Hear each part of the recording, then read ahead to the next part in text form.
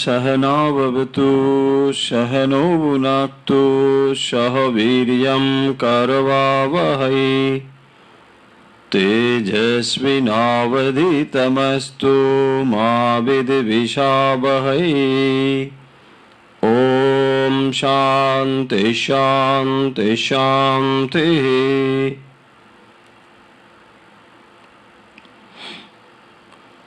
ओम अखंडं सच्चिदानंदम् अवाङ्मनसगोचरम् आत्मानम् अखिलाधारम् आश्रयेऽभीष्टसिद्धये।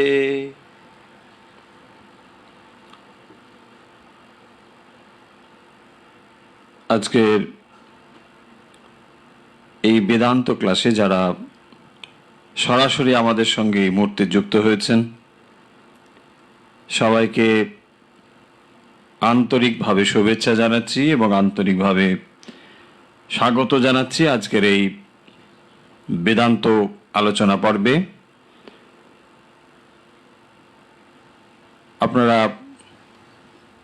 যারা এই বেদান্তর ক্লাসে যুক্ত হয়েছেন তারা নিশ্চয়ই আমাদের আগের ক্লাসগুলো করেছেন, তাই ধরে নিতে পারি যে সেই বিষয়গুলো সম্পর্কে আপনারা অবহিত আছেন। আজকে আমরা শুরু করব বেদান্তের যে অংশ থেকে আমরা এর আগে আলোচনা করেছি তার পরবর্তী অংশ থেকে। তো বেদান্তের আলোচনাতে প্রবেশের পূর্বে যে মঙ্গলাচরণ মন্ত্রটি আমরা উচ্চারণ করলাম এইমাত্র, আশা করি আপনাদের সকলেরই সেই মন্ত্রটি জানা হয়ে গিয়েছে, কারণ এটি বিস্তারিতভাবে আলোচনা করা হয়েছে। মন্ত্রটি হলো অখণ্ড সচ্চিদানন্দম অবাং মনস গোচরম আত্মানম অখিলাধারম আশ্রয়ে ভীষ্ট সিদ্ধয়ে। এর অর্থগুলো আমরা আলোচনা করেছি, যেখানে ব্রহ্ম সম্পর্কে বলা হচ্ছে যা আমরা জানতে চাই বা যা বেদান্তের মূল আলোচ্য বিষয়। সেই আলোচ্য বিষয়টি হলো যে জীব এবং ব্রহ্মের ভেতরে কি সম্পর্ক রয়েছে সেইটি বিচার করা বেদান্তের কাজ। বেদান্ত এই আলোচনা করেন যে জগৎ এবং এই ব্রহ্ম এবং জগতের ভেতরে কি সম্পর্ক রয়েছে, অভেদ সম্পর্ক রয়েছে বলে তারা সিদ্ধান্ত করেছেন। অর্থাৎ বেদান্তের এই যে সিদ্ধান্ত জগৎ এবং ব্রহ্ম অভেদ সম্পর্ক, এইটিকে বিচারের দ্বারা প্রতিষ্ঠা করা, উপস্থাপন করা বেদান্তের একটি কাজ। আমরা এই সমগ্র বেদান্তের যে আলোচনার বিষয় সেগুলোকে খুব সংক্ষেপে এখানে আলোচনা করতে চাইছি। উদ্দেশ্য হচ্ছে আপনাদের সাধারণভাবে একটি বেদান্তের ধারণা দেওয়া, যাতে করে বেদান্ত সম্পর্কে আমাদের অনেকের যে ভুল ধারণা রয়েছে, আমরা অনেকে মনে করি বেদান্ত এমন একটি বিষয় যা সাধারণ মানুষ হয়তো চর্চা করার অযোগ্য, আমরা চর্চা করতে পারবো না, কিন্তু আসলে বেদান্ত ঠিক সেরকম বিষয় নয়। তাই বেদান্তের চর্চা কিভাবে সাধারণ মানুষের ভেতরেও করা সম্ভব সেই বিষয়গুলোই আমরা আলোচনার ভেতরে নিয়ে আসব এবং আমরা পাশাপাশি দেখব যে যে শাস্ত্রীয় ব্যাখ্যাগুলো রয়েছে সেগুলোর সিদ্ধান্তগুলোকে আমরা ধরে ধরে যাব, কারণ খুব বেশি গভীর বিশ্লেষণ, খুব বেশি গভীর বিচার করার অবকাশ নেই, যেহেতু আমরা খুব সাধারণভাবে এটি আলোচনা করছি। যারা অধিক আগ্রহী হবেন, আরও গভীরে যেতে চাইবেন, তারা নিশ্চয়ই অনেক গ্রন্থ রয়েছে, সেটি তারা করতে পারেন। কিন্তু আমরা চাইছি খুব সহজভাবে আপনাদের কাছে এই বিষয়টি একটু ধারণা দেওয়ার। বেদান্ত সারের এই পর্যন্ত আমরা যে আলোচনা করেছি তাকে যদি খুব সংক্ষেপে আরেকবার দেখে নিই, তাহলে বোধহয় যা যা আমরা পড়েছি তা আপনাদের একবার স্মরণ হয়ে যাবে এবং তারপরে আমাদের অগ্রসর হতে সুবিধে হবে। আমরা কি পড়েছি? আমরা দেখেছি যে প্রথমেই একটি শ্লোক দেওয়া হয়েছে এবং সেই শ্লোকে মঙ্গলাচরণ বলে বলা হয়েছিল। এই মঙ্গলাচরণ শ্লোকের ভেতরে বেদান্তের বা বেদান্ত সারের যে উপযোগ্য বিষয়, আলোচনার বিষয়, সেটি সেখানে স্পষ্টতই বলা হয়েছে। কি বলা হয়েছিল? অখণ্ড সচ্চিদানন্দম অবাং মানস গোচরম। এইটি বেদান্তের যে মূল আলোচ্য বিষয়, মহাবাক্যের বিচার, অর্থাৎ যেখানে তৎ এবং তম পদার্থের সম্পর্ক নির্ণয় করা। এই তৎ এবং তম পদার্থ কি? তৎ বললে বোঝায় ব্রহ্মকে, ব্রহ্ম হচ্ছেন তৎপদার্থ, আর তম পদার্থ মানে এই সমগ্র জগৎ, গাছপালা, আমি, আপনি, সব কিছু নিয়েই তম পদার্থ। তাহলে দুটো জিনিস হলো, এক তম আর এক তৎ। এই তৎ শব্দ কেন ব্যবহার করা হয়েছে? এখানে কোনো পুং অথবা স্ত্রী শব্দ ব্যবহার করা হচ্ছে না। আমরা জানি সংস্কৃতে লিঙ্গ তিনটি রয়েছে, একটিকে পুংলিঙ্গ বলা হয়, একটিকে স্ত্রীলিঙ্গ বলা হয়, একটিকে ক্লীবলিঙ্গ বলা হয়। এই তৎ শব্দটি ক্লীবলিঙ্গ শব্দ। কেন না? এটি না পুরুষ না স্ত্রী। ব্রহ্মকে কখনো স্ত্রী কিংবা পুরুষ এটি বলা যায় না, সেই জন্য তৎ শব্দ দিয়ে বোঝানো হয়েছে। তাহলে তৎ এবং তম, এই দুটি বস্তুর ভেতরে কি সম্পর্ক, এইটি যদি আমরা জেনে নিতে পারি তাহলে সমগ্র বেদান্ত জানা হয়ে গেল। আশা করি খুব সহজভাবে বলার চেষ্টা করছি। তাহলে বেদান্ত আমাদেরকে তৎ এবং তম পদার্থের ভেতরে যে সম্পর্ক রয়েছে সেইটি জানতে সহায়তা করে, বা এটি নিয়ে তারা বিশ্লেষণ করে কি রয়েছে তৎ এবং কি রয়েছে তমের ভেতরে। এখন আপনার মনে প্রশ্ন জাগতে পারে যে আমরা কেন এই তৎ এবং তম নিয়ে এত চিন্তা করব, অর্থাৎ এই জীব এবং জগৎ নিয়ে এত কেন ভাববো, কি দরকার? আমরা দেখতে পাচ্ছি মশাই, এই জন্মগ্রহণ করেছি, একটু লেখাপড়া শিখলাম, একটু চাকরি করলাম, ব্যাস এই হলো, ওখানে গেলাম, ওখানে হলো, মেয়ে হলো, নাতি হলো, ব্যাস তারপরে একদিন হরি ওম তৎসৎ, এই তো জীবন। কেন আমরা এত পড়াশুনো করব? কেন আমরা এই তত্ত্বম, এসব লাভ কি? এসব পড়ে আমার কি হবে? হতেই পারে প্রশ্ন, জিজ্ঞাসা। ব্যাপার হচ্ছে এই, কেন আমরা এগুলো জানবো বা কেন আমরা এগুলো বিশ্লেষণ করব? যে জগৎকে আমি দেখতে পাচ্ছি চোখের সামনে, চোখের সামনে বলার অর্থ হচ্ছে সবসময় এই জিনিসগুলো মাথার ভেতর রাখবো। চোখ মানে চোখ দিয়ে দেখছি, কান দিয়ে শুনছি, তাই না? চক্ষু, কর্ণ, নাসিকা, জিহ্বা, এগুলো আমাদের জ্ঞানেন্দ্রিয়। তাহলে এই ইন্দ্রিয়গুলো দিয়ে আমরা তত্ত্ব বিষয়গুলোকে পেতে পারি, কারণ প্রত্যেকটি ইন্দ্রিয়ের একটি সীমিত ভাব আছে। চোখ দেখতে পারে কিন্তু চোখ শুনতে পারে না, কান শুনতে পারে কিন্তু কান দেখতে পারে না, হয়েছে? তাহলে এইভাবে আমরা এই জগৎকে দেখছি, কিন্তু জগৎ সত্যিকারের কি এটি আমরা কেউ জানি না। কেন জানি না? সত্যিকারের জগৎকে জানা তখনই সম্ভব যখন ইন্দ্রিয়ের পারে গিয়ে জানতে পারি। বলছি কেন এইসব কঠিন কঠিন কথা, কি দরকার ইন্দ্রিয়র পারে গিয়ে জানা, মানেটা কি? দেখুন, যখন আমরা এই জগৎকে জানবার চেষ্টা করছি তখন কিভাবে জানবো? আমাদের ইন্দ্রিয়ের ভেতর দিয়ে জানতে হবে।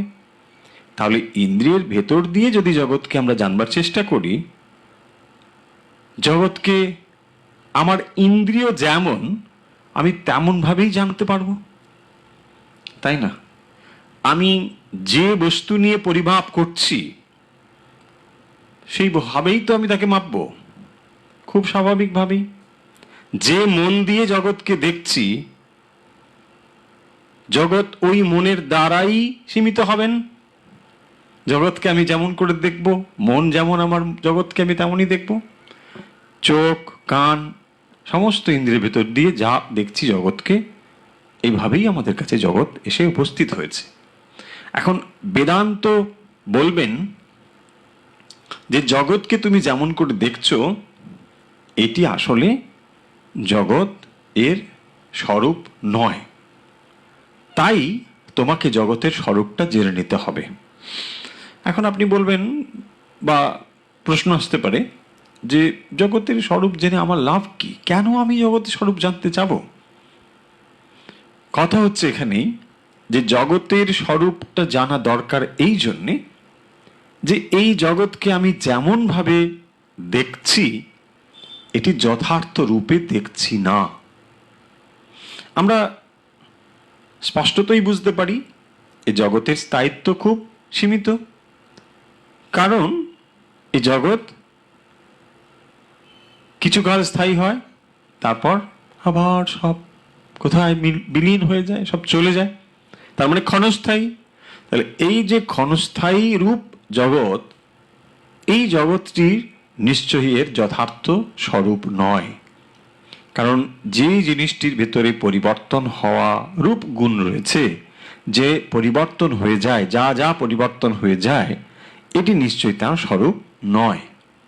তাই বেদান্ত বলবেন যে যত সময় পর্যন্ত আমরা বস্তুর স্বরূপ জ্ঞান না হচ্ছে, জানতে পারছি, তত সময় পর্যন্ত জগতের প্রত্যেকটি বিষয়ে যা আমরা ব্যবহার করছি এই ব্যবহারটিও ভুল হয়ে যাবে। ব্যবহার ভুল হয়ে যাবে কেন? জগতের প্রতি যে দৃষ্টি আমরা দিচ্ছি সেই দৃষ্টিটি সম্পূর্ণ ভুল।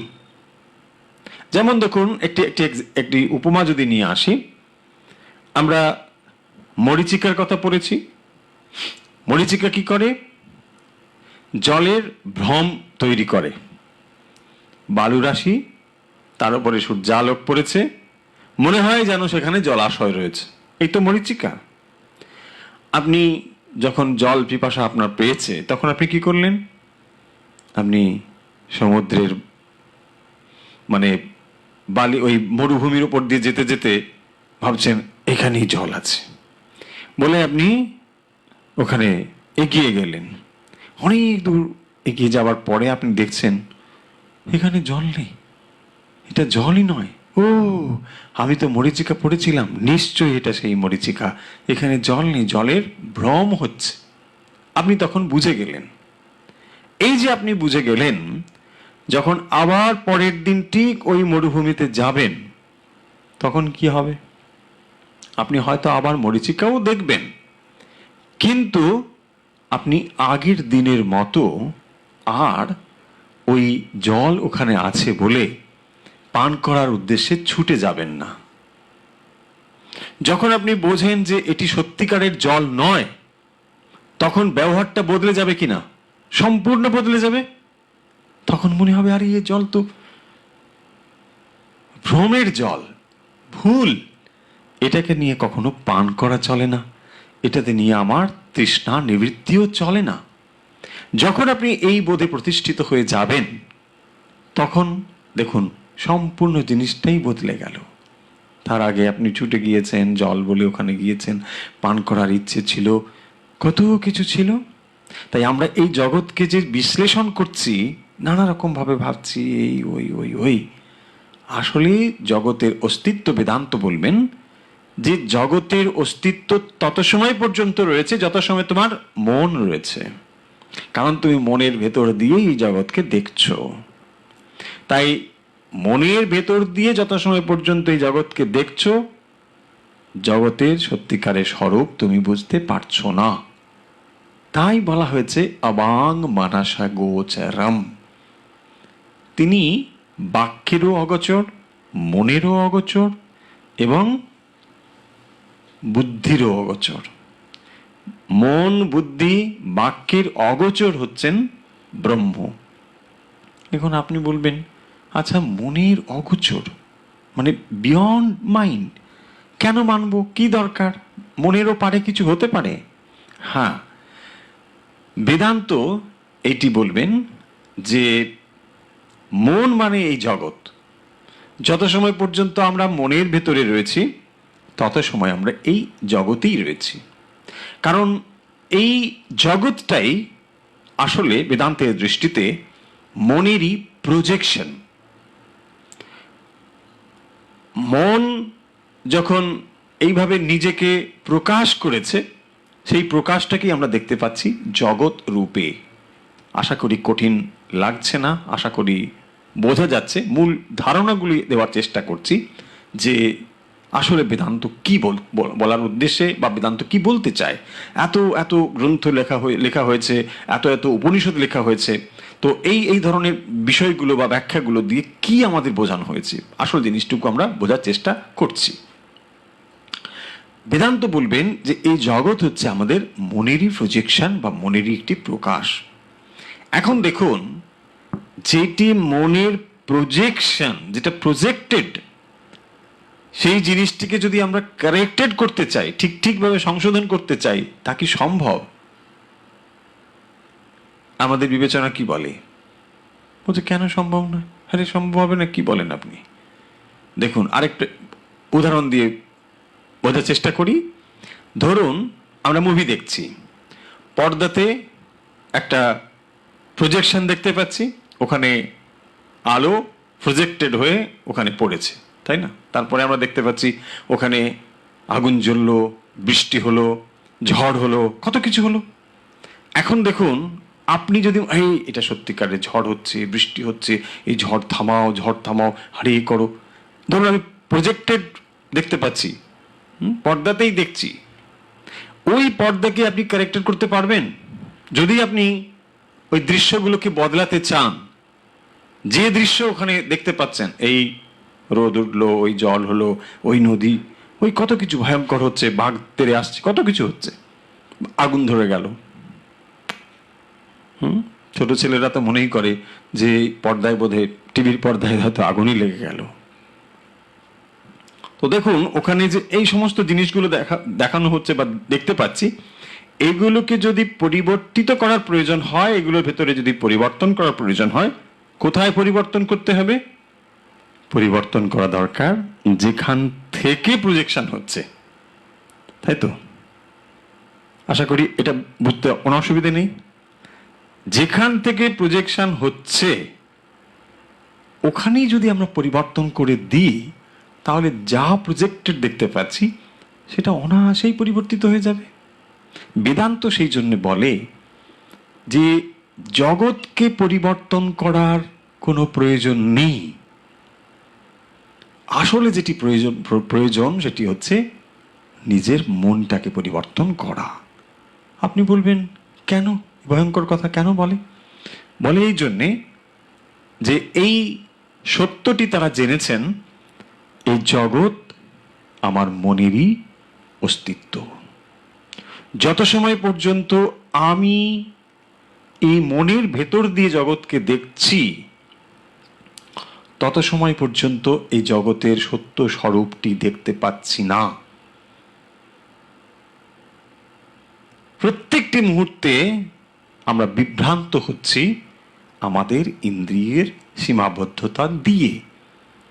কারণ ইন্দ্রিয়গুলো সব জড়, তার পেছনে রয়েছে মন। মন যুক্ত না হলে কখনোই জ্ঞান উৎপাদিত হয় না। তাই মনের পারে না গেলে বস্তুর স্বরূপকে জানা যায় না।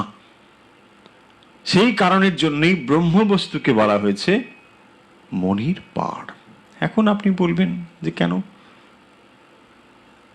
কথামৃততে রয়েছে, শ্রী রামকৃষ্ণ বলছেন যে তিনি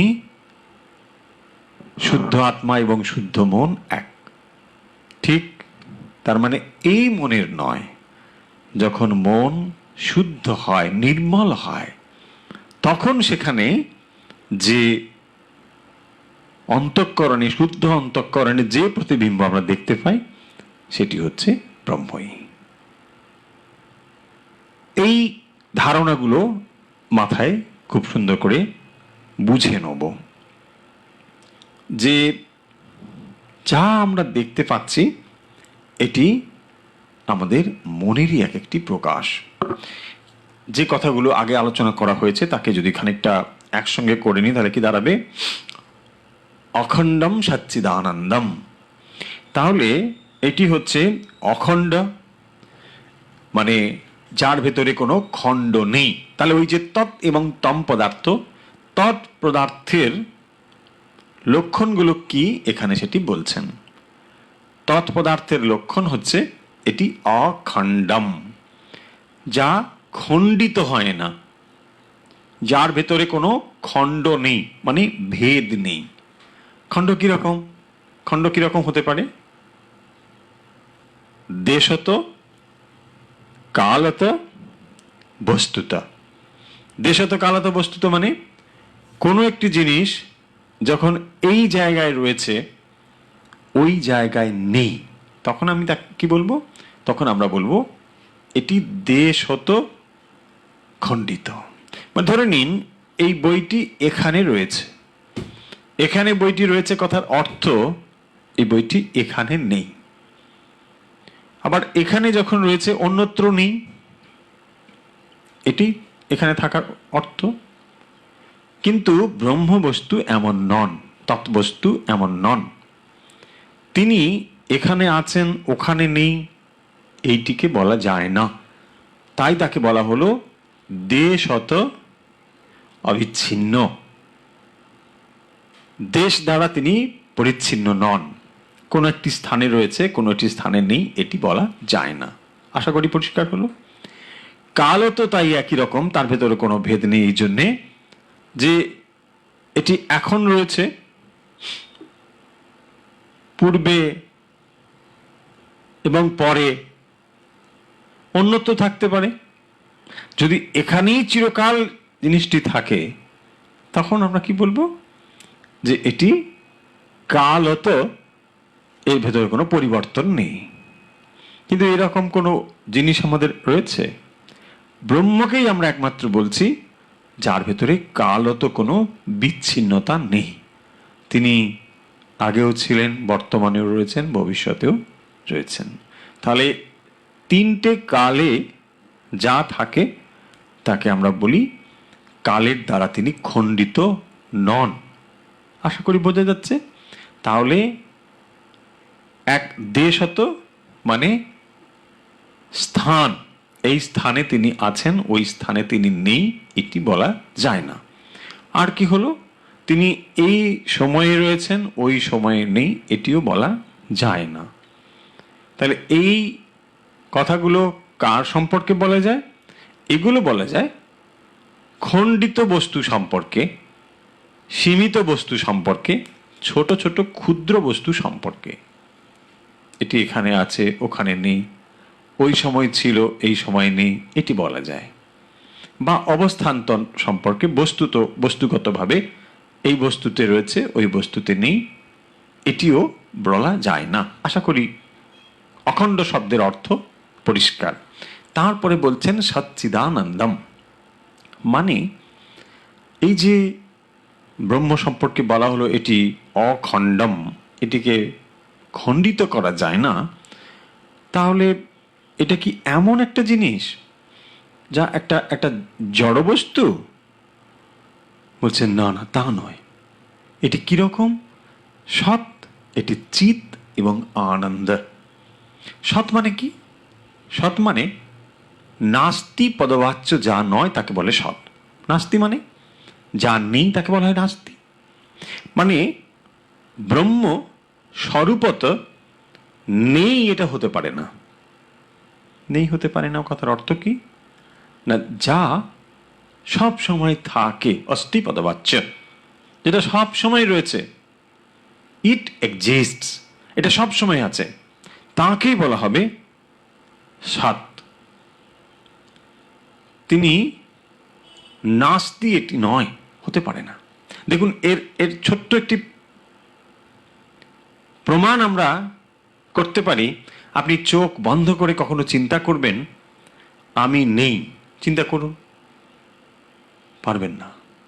আপনি অনেক কিছু চিন্তা করতে পারেন, কিন্তু আপনি নেই, আপনার কোনো এক্সিস্টেন্স নেই, এই থট আপনার আসবে না, কিছুতেই চিন্তা করতে পারবেন না আপনি। কারণ মন এই চিন্তা করতে পারবেই না। আমি নেই এটা চিন্তা করা যায় না। আবার আপনি যে কোনো স্থান চিন্তা করুন, দেবলোক, চন্দ্রলোক, গ্রহ নক্ষত্রলোক, দেখুন ওখানেও আপনি আছেন। চিন্তা করুন যে ওই জায়গা, যে কোনো স্থান চিন্তা করার পূর্বেই আপনাকে প্রতিষ্ঠা করতে হয়েছে। মনে মনে আপনি ওখানে নিজেকে আগে উপলব্ধি করেছেন, তারপরে ওই থট আপনার ভেতরে এসেছে। খুব দ্রুত হয়েছে বলে আমরা বিশ্লেষণ করতে অসুবিধা হয়, বুঝতে পারি না। তার মানে এটি হচ্ছে ব্রহ্মের স্বরূপতা।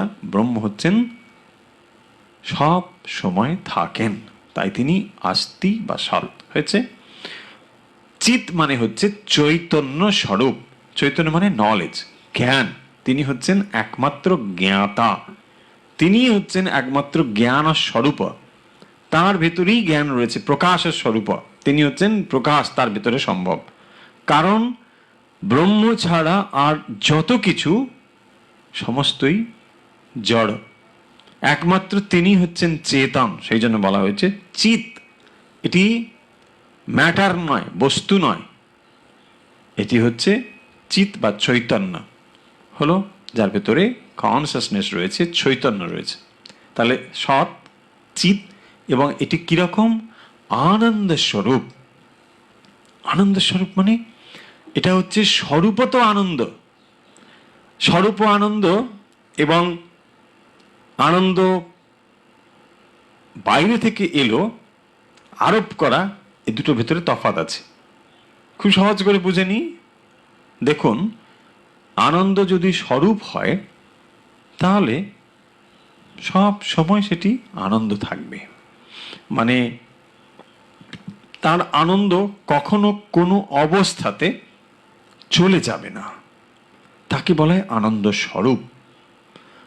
আর যেটি বাইরে থেকে আরোপিত হয়, যেটি বাইরে থেকে এসে উপস্থিত হয়, সেটি কখনো থাকে, কখনো চলে যায়, সব সময় সেটি থাকে, এটি বলা যায় না। এই হচ্ছে স্বরূপ সম্পর্কে বা স্বরূপ ও আরোপিত ভেতরে তফাৎ। আশা করি বোঝা যাচ্ছে যে সৎ, চিত এবং আনন্দ, আনন্দ স্বরূপ মানে এটা তাঁরই স্বরূপ। আনন্দ মানে তিনি আনন্দেতেই রয়েছেন, সদা সর্বদাই আনন্দ। এই আনন্দটা পরিবর্তিত হয়ে যায় না। তাহলে এই জাগতিক যে সুখ বা আনন্দ আমরা শব্দ ব্যবহার করি, এগুলো কি? এই সুখ বা আনন্দগুলো এসে উপস্থিত হয়, স্বরূপ নয়। এসে উপস্থিত হয় কিরকম করে? মানে কোন একটি বস্তু আপনি কাছে এলো বা কোনো বস্তু দূরে গেল, তাতেই সুখানুভূতি, তাকে আমরা আনন্দ বলি। ধরুন এখন গরমের সময় আপনি আইসক্রিম খেতে ভালোবাসেন, একটু আইসক্রিম খেলেন, কি ভালো লাগলো। এই একটি বস্তুর সঙ্গে আপনার সংযোগ হলো ইন্দ্রিয়াদির, খুব ভালো লাগলো, হয়েছে। এই যে সুখানুভূতি, এটি ক্ষণিক, একটু পরে আবার ভালো লাগলো না, আবার মুডটা খারাপ, আবার একটু মোবাইল নিয়ে কুটুকুটু, তারপরে মন ভালো নয়, আবার একটা কিছু করছি। তাহলে কি হলো? এই যে সুখানুভূতিগুলো আসছে, কোত্থেকে এলো? বস্তুর ভেতর দিয়ে এলো। স্বরূপ আনন্দটা হলে কিরকম হয়? বস্তুর অপেক্ষা করে না, কোনো বস্তু বা অবস্থার ভেতর দিয়ে যা এসে উপস্থিত হচ্ছে, এটি পরিবর্তিত হয়ে যায়। আশা করি এই জিনিসগুলো বুঝতে কোনো অসুবিধা নেই, খুব সহজ কথাগুলো। তাহলে বস্তুর স্বরূপ আনন্দ কথার অর্থ হচ্ছে যা কোনো অবস্থাতেই বদলে যাবে না। কোনো অবস্থাতেই, তো কোনো অবস্থাতেই, মানে সকাল নয়, বিকেল নয়, ভবিষ্যৎ নয়, বর্তমান নয়, কোনো অবস্থাতেই নয়, সব অবস্থাতেই সেটি আনন্দ থাকে। তাহলে ব্রহ্মের স্বরূপটা কি কি? এক, তিনি সৎ, মানে এক্সিস্টস। কখনো তিনি আছেন, কখনো তিনি নেই, এটা হতে পারে না। সব সময় তিনি আছেন। কেন সব সময় আছেন? তার কাছে কাল বলে কিছু নেই। আমরা কেবল ব্যবহারিক দৃষ্টিতে কাল দেখছি। যখন মন নেই তখন কালও নেই। কালের ধারণা মনের জগতেই, মনের পারে মনেরও পারে কোথা কোন দেশ আছে না, আপনারা গান টান করেন, মনেরও পারে। মনের পারে যখন হয় সেখানে কালও নেই, কাল নেই, সেখানে টাইম স্পেস কজিশন এর পারে তখন চলে যায়। তাহলে আমরা ব্রহ্ম সম্পর্কে কি এখানে জানলাম? তিনি হচ্ছেন সৎ, তিনি চিৎ এবং তিনি আনন্দ স্বরূপ হলো। তারপরে বলছেন অবাং মানস গোচরম, এগুলো আলোচনা হয়েছে, একটু ছুঁয়ে যাই, না হলে এগোতে পারবো না। অবাং মানস গোচরম কথার অর্থ হচ্ছে যিনি বাক্য এবং মনের অগোচর, যাকে বাক্য প্রকাশ করতে পারে না। কেন প্রকাশ করতে পারে না সে কথা আগে আমরা বলেছি। কারণ বাক্য প্রকাশ করতে পারে কেবলমাত্র যে জিনিসগুলোকে আমরা ইন্দ্রিয় দিয়ে উপলব্ধি করছি তাকেই কেবলমাত্র প্রকাশ করতে পারে। কারণ বাকও একটি ইন্দ্রিয়, বাকও কোনো একটি বস্তুকে যখন প্রকাশ করতে পারে, কোনো একটি ভাবকে প্রকাশ করতে পারে, সেটি বাইরের জিনিসকে। তাই বাক্য এবং মনের অগোচর হচ্ছেন ব্রহ্ম। মনও তাকে প্রকাশ করতে পারে না, কারণ মনেরই প্রকাশক তিনি।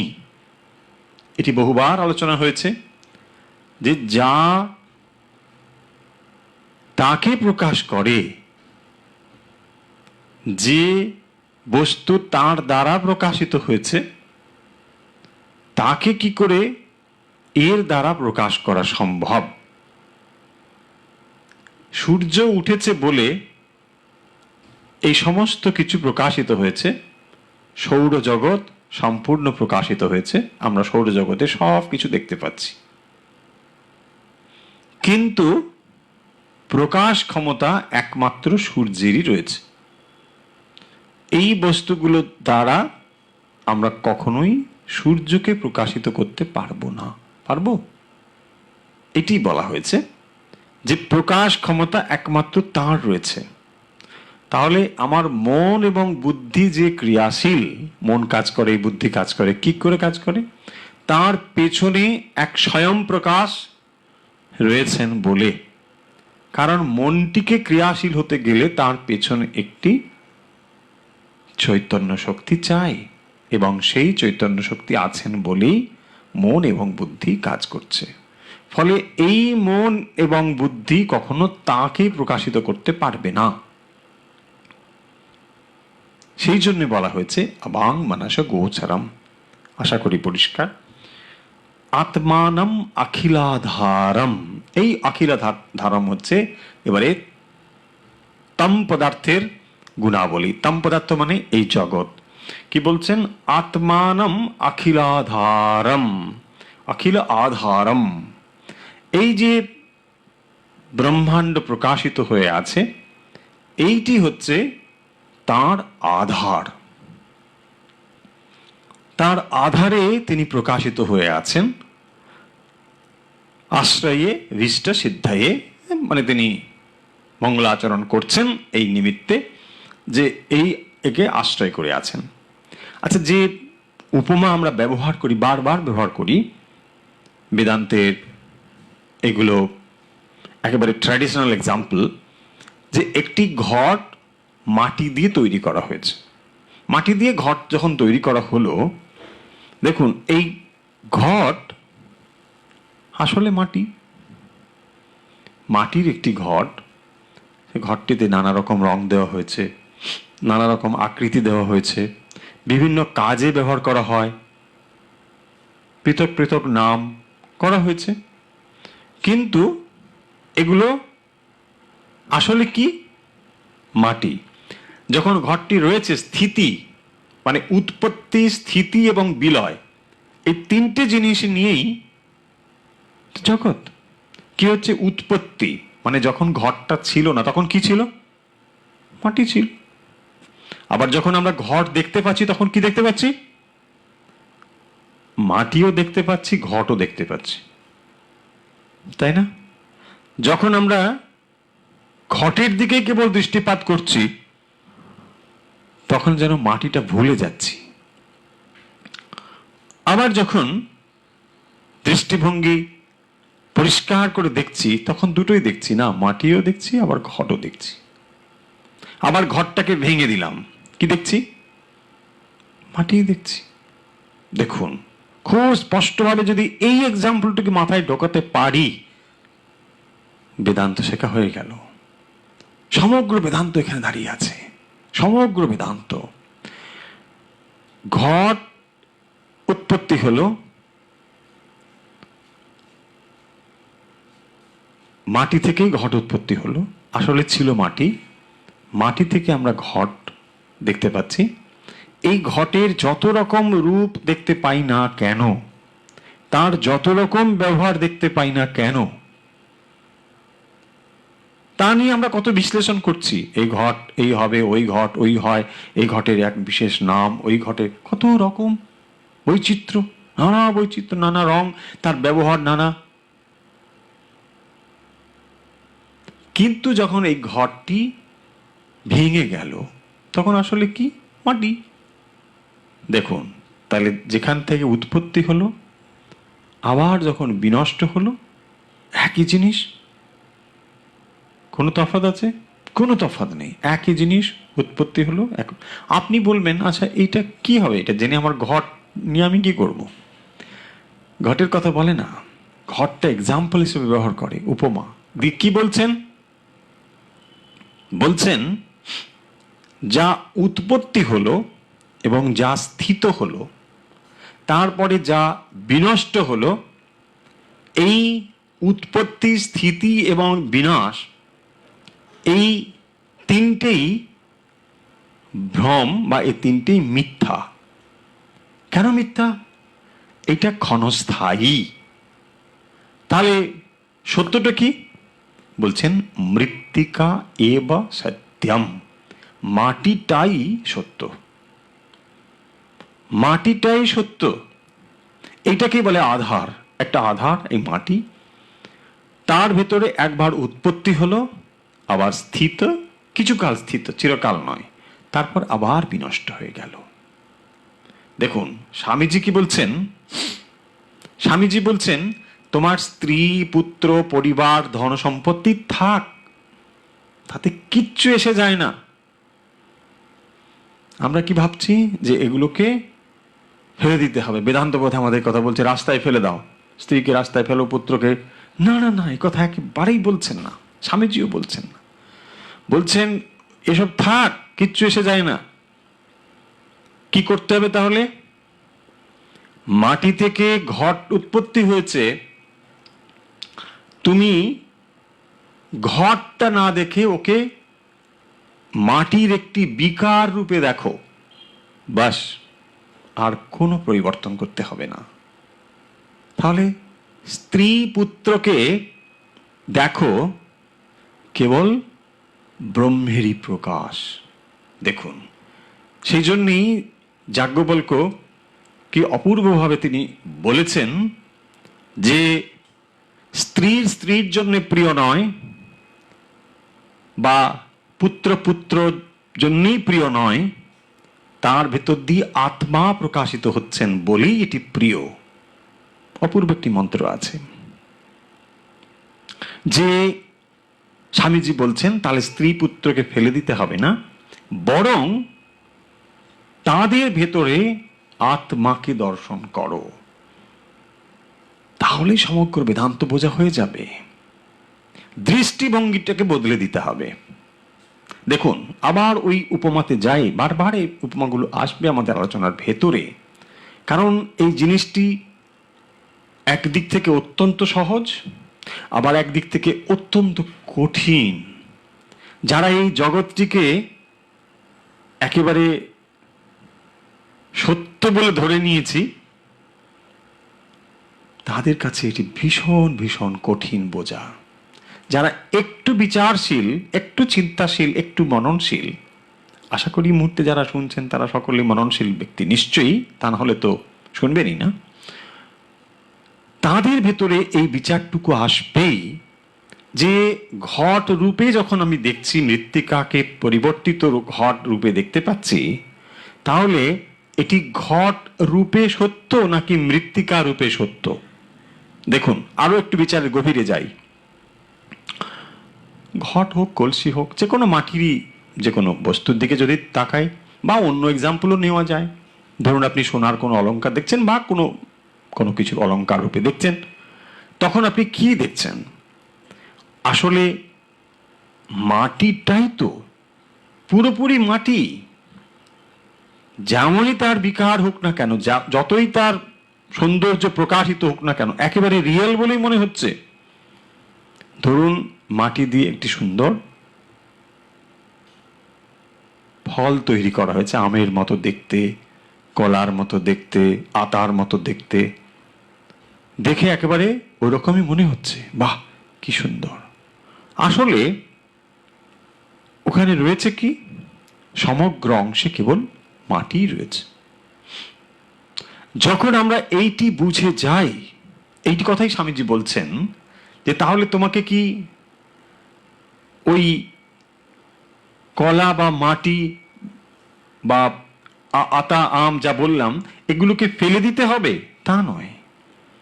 কি করতে হবে? তোমার ভেতরে একটু পরিবর্তন আনতে হবে। কি পরিবর্তন আনতে হবে? দৃষ্টিভঙ্গির পরিবর্তন আনতে হবে। কি দৃষ্টিভঙ্গি পরিবর্তন আনতে হবে?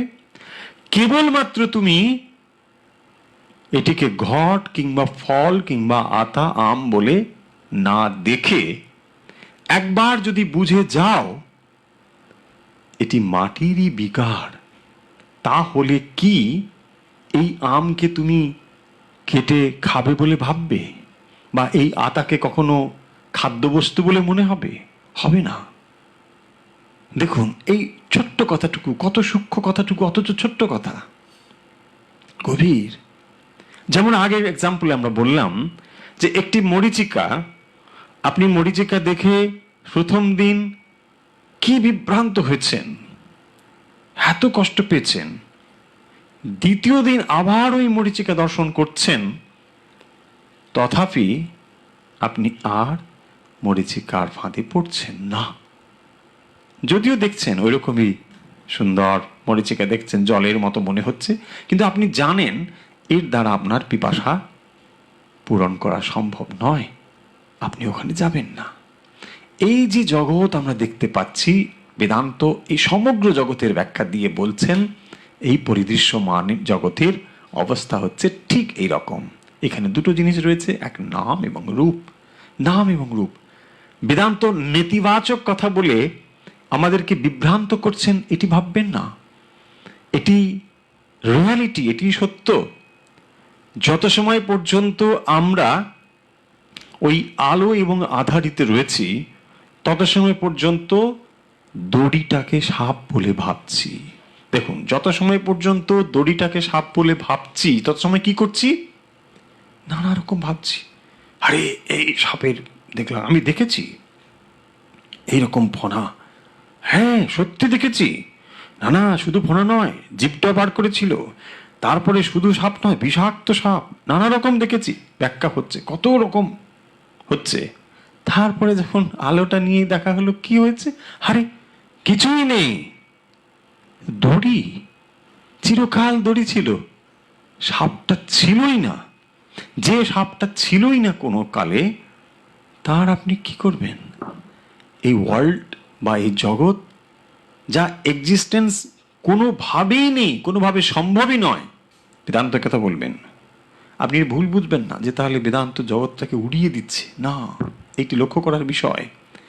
এখানে খুব সূক্ষ্ম কথা রয়েছে। তাহলে জগৎটা যখন নেই, জগৎ নেই মানে আপনিও নেই, মনে রাখুন।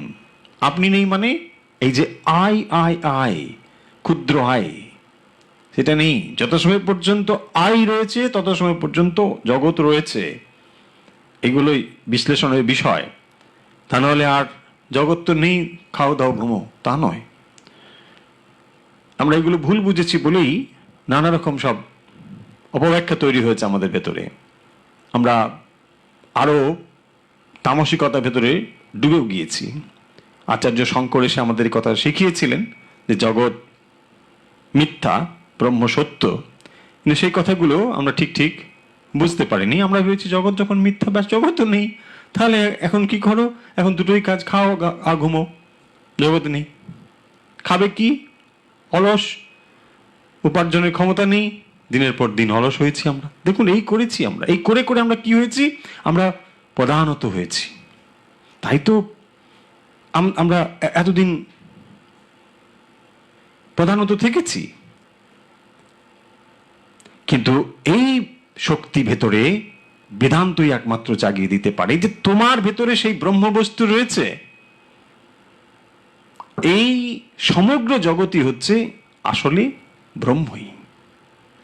ব্রহ্মই যখন তোমার ভেতরে রয়েছে, তুমি এক মুহূর্তে চিন্তা করো যে তুমি স্বরূপত ব্রহ্মই।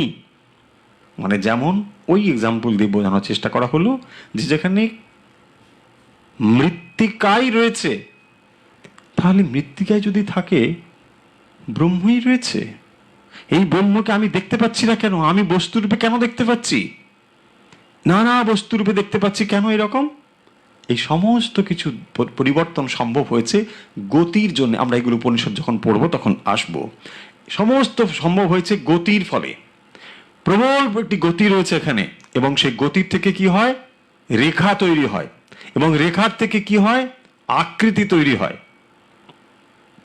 তাই আমরা এই যে নানা রকম আকৃতি দেখতে পাচ্ছি, রেখা দেখতে পাচ্ছি, এই সমস্ত গতির ফলে তৈরি হয়েছে।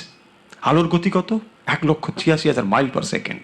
এবং এই প্রবল গতিতে পরিবর্তিত হচ্ছে বলেই আমরা এই সমস্ত আকৃতিগুলো দেখতে পাচ্ছি। আসলে এগুলো কিছুই নেই, যা আছে সেটি হচ্ছে ব্রহ্মই। কিন্তু তা আমরা দেখতে পাচ্ছি না, এই দৃষ্টির দ্বারা দেখা যাচ্ছে না, কারণ তাকে এই দৃষ্টি দেখা যায় না। দেখতে পাই বা না পাই, তার জন্য তত্ত্ব কখনো বদলে যায় না, সত্য কখনো পরিবর্তিত হয়ে যায় না। বেদান্ত একথাই বারবার বলছেন। যখন আমরা এই মনকে ঠিক ঠিকভাবে পরিশীলিত করতে পারবো বিচারের দ্বারা, তখনই আমরা সেটি উপলব্ধি করতে পারবো। এই কথাগুলো আলোচনা করেছিলাম। তারপরে আমরা বলেছিলাম যে অনুবন্ধ চতুষ্টয়া, 4টি অনুবন্ধের কথা বলেছিলাম, যেখানে অধিকারী বিষয়ে সম্বন্ধে প্রয়োজনানি। অর্থাৎ এখানে কি রয়েছে? অধিকারী, বিষয়, এবং তার ভেতরে বিষয় কি? যা সাবজেক্ট, অর্থাৎ এই বেদান্তের প্রতিপাদ্য বিষয় কি? সেটি হচ্ছে জীব এবং ব্রহ্মের ভেতরে সম্পর্ক নির্ণয় করা। জীব এবং ব্রহ্ম যে অভেদ, এই সম্পর্ক নির্ণয় করাই হচ্ছে এর বিষয়। এবং তার ভেতরে সম্বন্ধ, অর্থাৎ যা আমরা লাভ করতে চাই, যা জানতে চাই, তা ভেতরে যে বিষয়টি এখানে প্রতিপাদ্য বিষয়, তার ভেতরে কি রিলেশন আছে, সম্পর্ক। এবং প্রয়োজনানি, এটি কি প্রয়োজন, কেন আমরা এটা জানব। অর্থাৎ এইটি জানলে, এই ব্রহ্ম এবং জীবের অভেদ জ্ঞান এটি লাভ করতে পারলে কি হয় না, যত সময় পর্যন্ত আমরা অনিত্য বস্তুর সঙ্গে যুক্ত হয়ে আছি, তত সময় যাই লাভ করি না কেন তা অনিত্যই লাভ করব। আশা করি বোঝা গেল কথাটা। যত সময় পর্যন্ত আমরা অনিত্য জগতের সঙ্গে, অনিত্য মানে যা চিরদিন থাকে না, অনিত্য। কত সময় পর্যন্ত অনিত্য না, যত সময় পর্যন্ত দড়িটাকে সাপ দেখছি, ভালো করে বুঝুন, তত সময় পর্যন্ত অনিত্য। কারণ দড়িটা সাপ দেখে ভয় পাচ্ছি। যত সময় আলো না ওঠে, কেউ আলো দিয়ে যদি দেখায়, দেখো আরে এটা দড়ি তো, সাপ নয়, ও ব্যাস শেষ। তাহলে যত সময় পর্যন্ত এইটুকু জ্ঞান না হচ্ছে, তত সময় পর্যন্ত আমরা এই জগৎকে কি দেখছি? নানা রকম দেখতে পাচ্ছি। ওই যেমন সাপের ভেতরে দড়িটাকে দেখা, ঠিক এরকম করে এই জগৎটাকে দেখছি। দেখে কি হচ্ছি? কখনো ছুটে যাচ্ছি এটাকে গ্রহণ করার জন্যে, কখনো ভাবছি না না এ আমার শত্রু, কাকে ভাবছি মিত্র, কাকে আমি আলিঙ্গন করি, কাকে আমি দূরে সরাই। কেন? এই কারণের জন্যে যে আমার মনের ভেতর দিয়ে জগৎকে দেখছি বলে। আশা করি পরিষ্কার। এরপরে যে অংশগুলো রয়েছে সেগুলোতে আজকে বোধহয় আর যাওয়া সম্ভব হবে না। আমরা একটু বরং ওই অংশটা দেখি যেখানে উপনিষদের যে অংশটুকু, আশা করি আপনাদের যে স্ক্রিপ্টগুলো হাতে রয়েছে সেগুলো খুলতে পেরেছেন বা দেখতে পেরেছেন। দেখুন, সেই অংশগুলো আমরা আজকে একটু পড়ে নিই। আজকে আর অন্য আলোচনা সম্ভব হবে না, সময় নেই।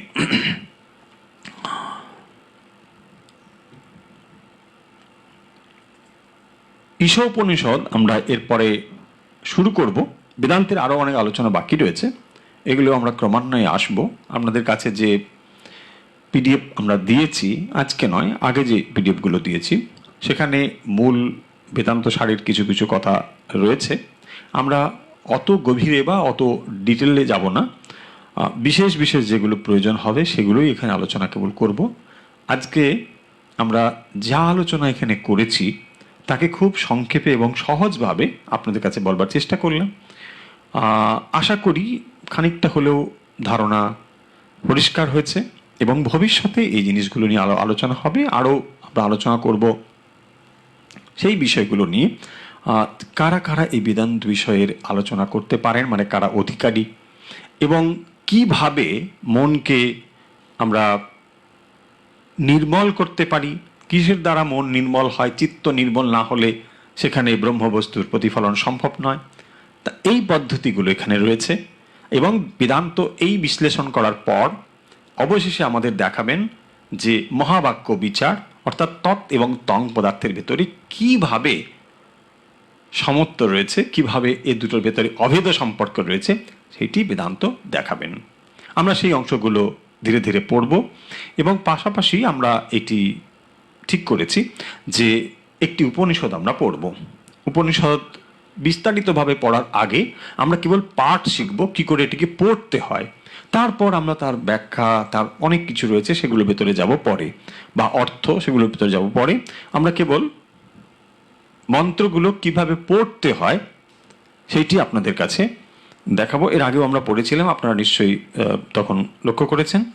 দেখুন, ঈশাবাস্য উপনিষদের প্রথম যে মন্ত্র তাকে বলা হয় শান্তি মন্ত্র। এই শান্তি মন্ত্রটি পূর্ণমোদী হয়। পূর্ণমোদ মন্ত্র আপনারা অনেকেই জানেন। পূর্ণমোদটি এইভাবে পাঠ করতে হবে।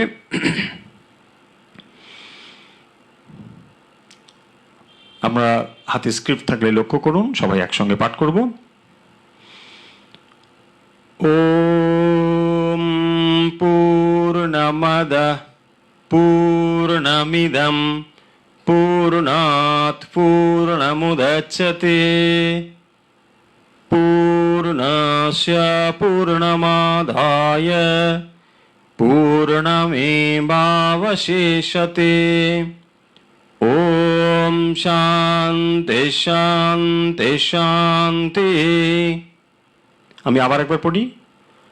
ওম পূর্ণমদঃ, দেখুন এখানে দীর্ঘ রয়েছে বলে দীর্ঘ উচ্চারণ হলো পূর্ণমদঃ পূর্ণমিদং পূর্ণাৎ পূর্ণমুদচ্যতে পূর্ণাৎ পূর্ণমুদচ্যতে পূর্ণস্য পূর্ণমাদায় পূর্ণস্য পূর্ণমাদায় পূর্ণমেবাবশিষ্যতে। ওম শান্তি শান্তি শান্তি। প্রথম মন্ত্র। ওম ঈশাবাস্যমিদগম সর্বম যৎকিঞ্চ জগত্যাম জগৎ তেন ত্যক্তেন ভুঞ্জিতা মা ক্রুধ কাস্য সিদ্ধনম। আমি আবার পড়ি, 1 নম্বর মন্ত্র লক্ষ্য করুন। ভেঙে পড়লে কি কি রয়েছে লক্ষ্য করুন। ওম ঈশা ঈশা ভাষ্যম ওম ঈশা ভাষ্যম ইদগম সর্বম। ভাষ্যম ইদম, ইদমটা ইদগম, এটা এক একটি উপনিষদের এক একটি ধারা রয়েছে কিভাবে উচ্চারণ করতে হয়, তাই এটি গম উচ্চারণ হয়, ইদগম। ওম ঈশা ভাষ্যম ইদগম সর্বম যৎকিঞ্চ যৎকিঞ্চ জগত্যাম জগৎ তেন ত্যক্তেন। দেখুন তেন ত্যক্তেন, নয়ের উপরে একটু জোর হবে। তেন ত্যক্তেন ভুঞ্জিতা মা ক্রুধ কাস্য সিদ্ধনম। এইভাবে कुर्वन्नेवेह कर्माणि कुर्वन्नेवेह कर्माणि जिजीविषेच्छतगं समाः एवं त्वयि नान्यथेतोऽस्ति न कर्म लिप्यते नरे। আমি আবার পড়ি 2 নম্বর মন্ত্র। কুর্বন্নেবেহ কর্মাণি জিজিবিষেচ্ছতগম সমাহ एवं त्वयि नान्यथेतोऽस्ति न कर्म लिप्यते नरे। अशौर्यानामते लोका अन्धेन तमसावृताः तागं ते प्रत्याविगच्छन्ति ये केचात्महनो जनाः। 3 নম্বর মন্ত্র। अशौर्यानामते लोका अन्धेन तमसावृताः तागं ते प्रत्याविगच्छन्ति ये केचात्महनो जनाः। আশা করি এই 3টে মন্ত্র আপনারা পড়তে পেরেছেন। যখনই সময় পাবেন এই 3টে মন্ত্র একটু একটু করে পড়ুন, তাহলেই আশা করি এর পাঠটা শিখে যাবেন। এই পাঠ শিখে গেলে তারপর আমরা এর অর্থ এবং ব্যাখ্যা পরবর্তীতে আসব। আমরা চাইছি পাঠ করা উপনিষদ কী করে পড়তে হয়। এটি অনেক পুরনো একটি উপনিষদ এবং এর মাত্র 18টি মন্ত্র রয়েছে এবং এরকম অনেক পণ্ডিত মত প্রকাশ করেন যে এর এই 18টি মন্ত্র, এই ঈশাবাস্য উপনিষদের 18টি মন্ত্রই তার প্রকাশ যেন ভগবদ গীতার 18টি অধ্যায়। যাই হোক, সে বিশ্লেষণে আমরা পরে আসব। কেবল পাঠ আমরা এখানে বলছি। এই 3টে মন্ত্র আপনারা পারলে একটু পাঠ দেখে রাখুন। আমি আরেকবার একসঙ্গে পড়ে নিয়ে শেষ করছি। ওম ঈশাবাস্যমিদগম সর্বম যৎকিঞ্চ জগত্যাম জগৎ तेनात्यक्तेन भुञ्जीता मा क्रुधः कस्य सिद्धनम् कुर्वन्नेवेह कर्माणि जिजीविषेच्छतगं समाः एवं त्वयि नान्यथेतोऽस्ति न कर्म लिप्यते नरे। अशौर्यानामते लोका अन्धेन तमसावृताः तागं ते प्रत्याविगच्छन्ति ये केचात्महनो जनाः। আজকের বেদান্ত আলোচনা আমরা এখানেই শেষ করছি। আপনারা এই অভ্যাস পর্বে এবারে আমরা প্রবেশ করব। আশা করি এই বেদান্তের আলোচনা আপনাদের খুব কঠিন মনে হচ্ছে না। আমরা এখন অভ্যাসে আসি।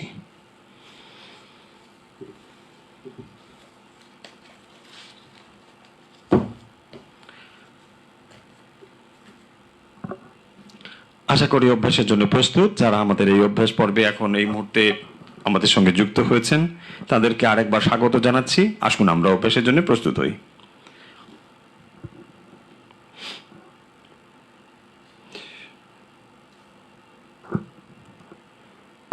আমরা প্রথমে কয়েকটি সহজ প্রাণায়াম করব এবং তারপর মেডিটেশনে যাব। যেমন আমরা রোজ করি, আজকেও সে একইভাবে প্রাণায়াম এবং তারপর অভ্যাস শুরু করব। আসুন আমরা প্রথম প্রাণায়াম অভ্যাস শুরু করি। কিভাবে প্রাণায়াম করব? মেরুদণ্ড সোজা রেখে বসবো। সুখাসন অথবা পদ্মাসন বা চেয়ারে বসে যে যেখানে বসে অভ্যাস শুরু করেছেন শুরু করুন অভ্যাস। প্রথমে আমরা এই অভ্যাসটি করব। শ্বাস নাক দিয়ে, বাম নাক দিয়ে ছাড়বো একটু ধাক্কা দিয়ে। কিভাবে?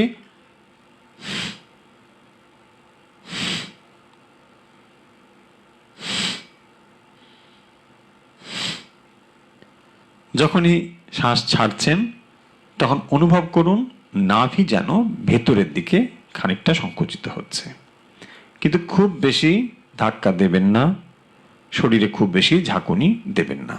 ধীরে ধীরে অভ্যাস করুন। অনেকে এই অভ্যাসের দ্বারা উপকৃত হচ্ছেন বলে জানিয়েছেন। হ্যাঁ, নিশ্চয়ই অভ্যাসের দ্বারা আপনারা উপকৃত হবেন, এ বিষয়ে কোনো সন্দেহ থাকার কথা নয়। এটি হাজার হাজার বছরের পুরনো একটি ভারতবর্ষের মাটিতে আবিষ্কৃত, ভারতবর্ষের ঋষিদের দ্বারাই আবিষ্কৃত জিনিস। আশা করি আপনারা সকলেই জানেন, সে বিষয়ে গভীর বলার কিছু প্রয়োজন নেই। শুরু করুন অভ্যাস।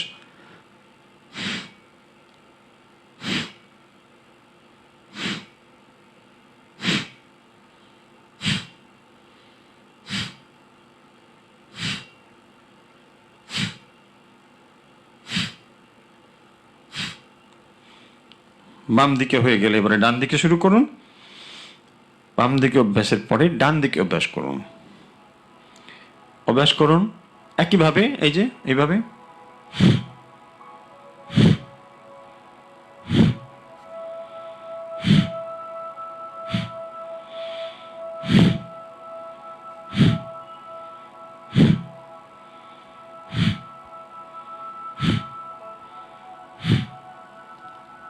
হয়েছে?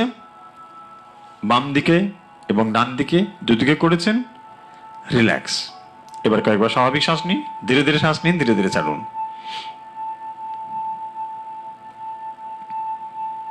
হয়েছে? এবারে আমরা কি করব? এবারে আমরা করব শ্বাস নেব বাম দিকে, ছাড়বো ডান দিকে। শুরু করি।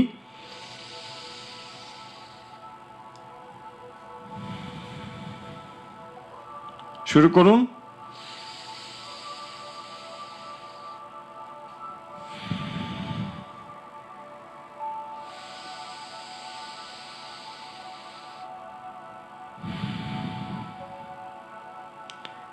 শ্বাস নিন বাম দিকে, ছেড়ে দিন ডান দিকে। আশা করি সবাই এখন অভ্যাস করছেন, যারা যারা আমাদের সঙ্গে অভ্যাস করেন। ভারতবর্ষ থেকে এবং ভারতবর্ষের বাইরে থেকে যারা অভ্যাস করছেন, আশা করি তারা সবাই আজকে অভ্যাস করছেন এই মুহূর্তে।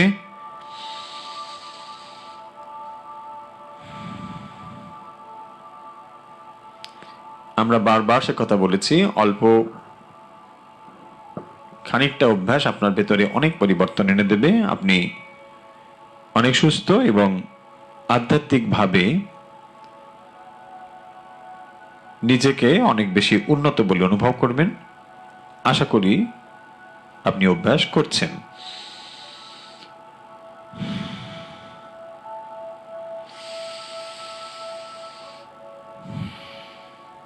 শ্বাস নিন ধীরে ধীরে বাম দিকে, ছেড়ে দিন ডান দিকে ধীরে ধীরে।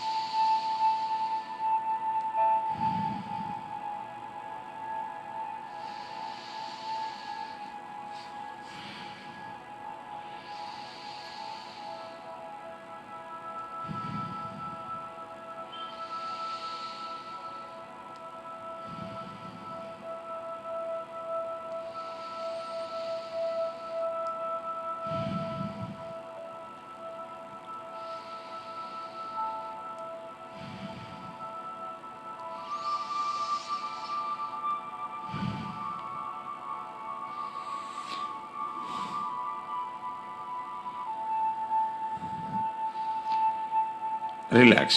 স্বাভাবিক শ্বাস নিন কয়েকবার। এরপর শ্বাস নিন ডান দিকে, ছেড়ে দিন বাম দিকে। শুরু করুন।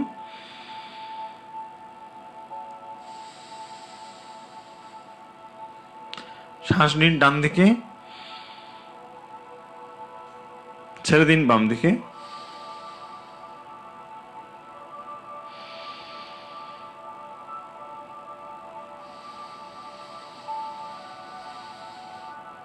আবার শ্বাস নিন,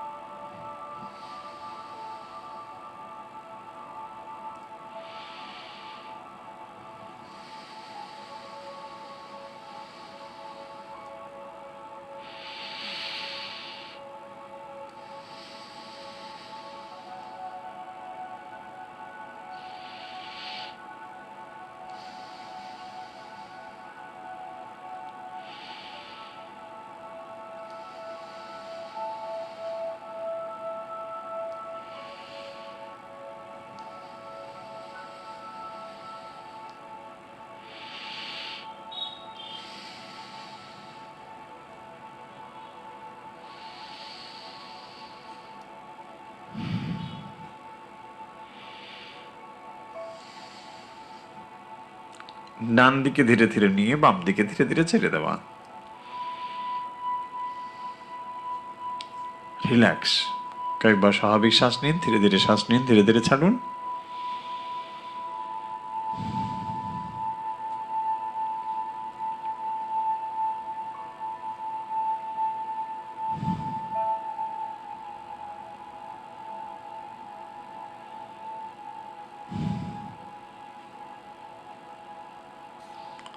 রিল্যাক্স। এবারে আমরা যেটি করছি, প্রাণায়াম করার সময় সমগ্র মনোযোগ থাকবে শ্বাসের প্রতি, কিভাবে শ্বাস নিচ্ছেন, কিভাবে ছাড়ছেন। শুরু করছি এবারে। শ্বাস নেব নাক দিয়ে, ছাড়বো মুখ দিয়ে।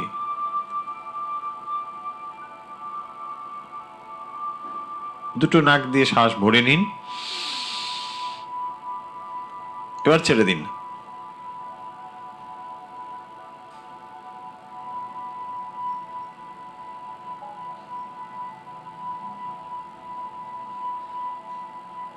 আবার ভরে নিন নাক দিয়ে, আবার ছেড়ে দিন মুখ দিয়ে।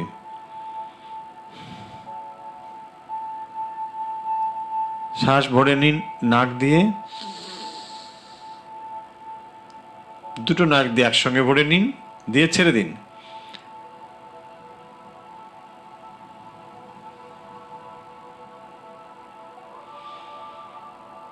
আবার নাক দিয়ে ভরে নিন, এবার ছেড়ে দিন।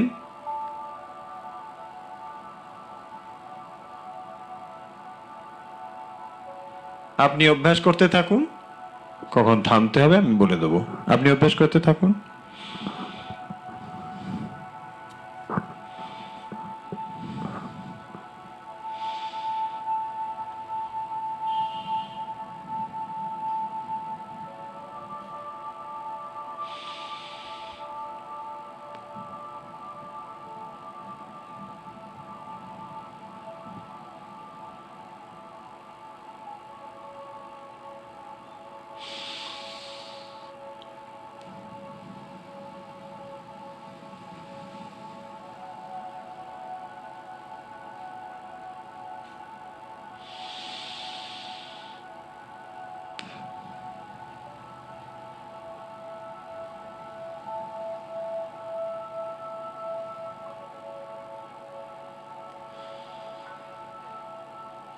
শ্বাস ভরে নিন নাক দিয়ে, আবার ছেড়ে দিন।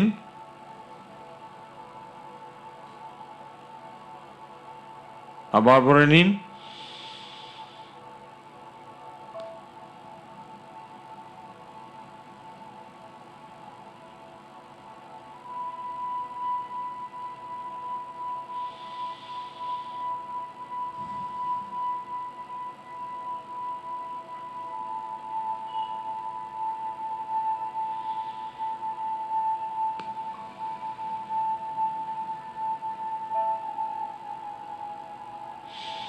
আবার শ্বাস নিন,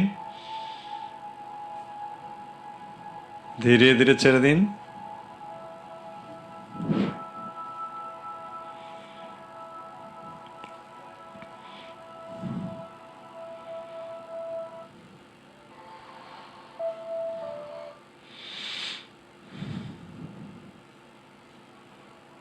ধীরে ধীরে শ্বাস নিন, ধীরে ধীরে ছেড়ে দিন।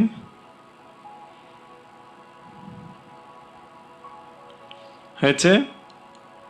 রিল্যাক্স। কয়েকবার স্বাভাবিক শ্বাস নিন, ধীরে ধীরে শ্বাস নিন, ধীরে ধীরে ছাড়ুন। হয়েছে? এরপর আমরা যে প্রাণায়ামটি করছি সেটি হচ্ছে দুবারে শ্বাস নেব, দুবারে শ্বাস ছাড়বো। আপনারা জেনে গিয়েছেন কিভাবে করতে হয়। নাক দিয়ে শ্বাস নেব, মুখ দিয়ে ছাড়বো। কিভাবে?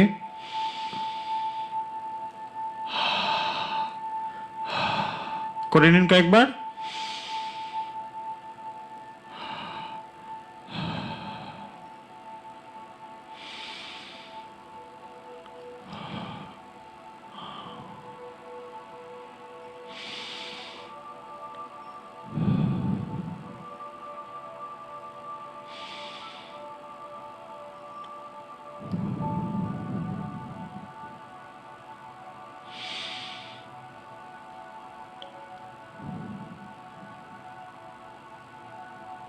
শ্বাস দুবারে নেব, দুবারে ছাড়বো।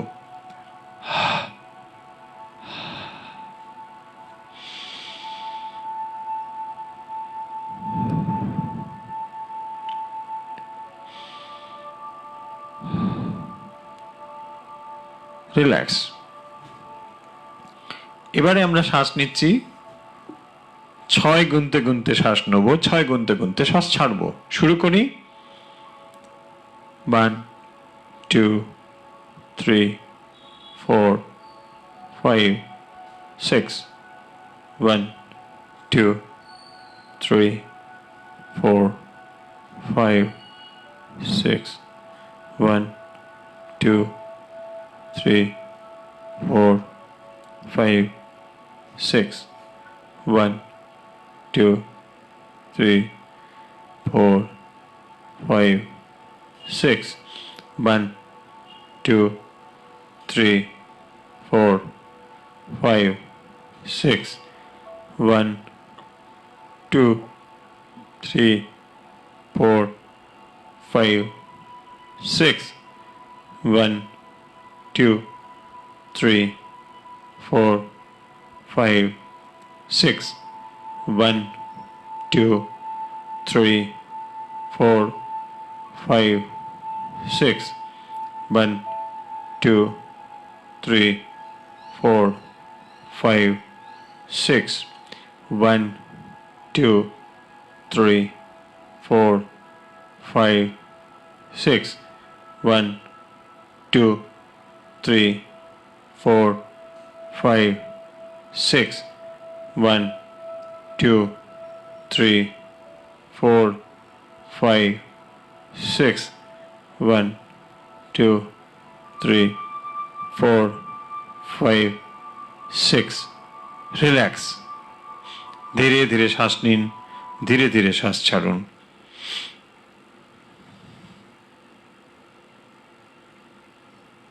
রিল্যাক্স। এবার আমরা মেডিটেশনে যাব। মেরুদণ্ড সোজা, চোখের পাতা বন্ধ,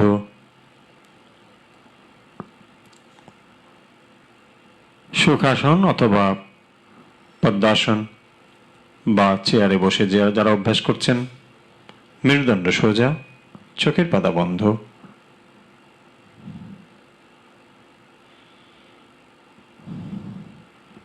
শ্বাস নিন, লম্বা লম্বা শ্বাস নিন, ছেড়ে দিন। আবার শ্বাস নিন, ছেড়ে দিন। লম্বা শ্বাস নিন, শ্বাস নিন লম্বা, ছেড়ে দিন।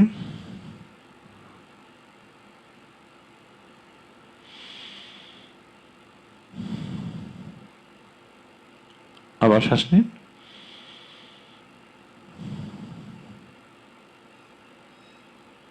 শ্বাস নিন লম্বা, ছেড়ে দিন।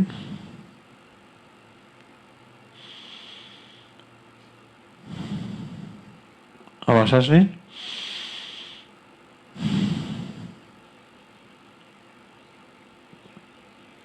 এবার ধীরে ধীরে শ্বাস নিন।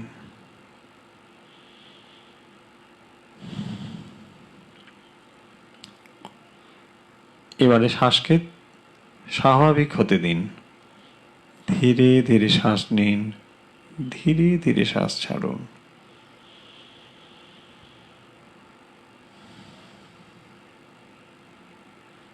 চোখের পাতা বন্ধই আছে, মেরুদণ্ড সোজা,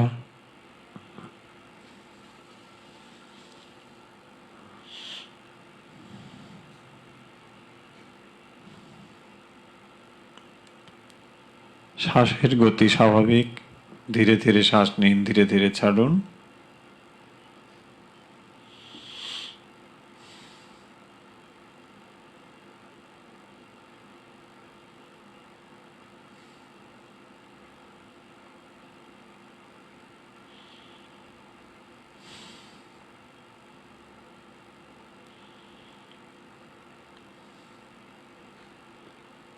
পায়ের পাতা থেকে মাথা পর্যন্ত ধীরে ধীরে প্রত্যেকটি অঙ্গকে শিথিল করে দিন। এক একটি অঙ্গ আমি বলছি, আপনি সেই সেই স্থানে মন দিন এবং একটু একটু গরম অনুভব করুন, তারপর শিথিল করে দিন।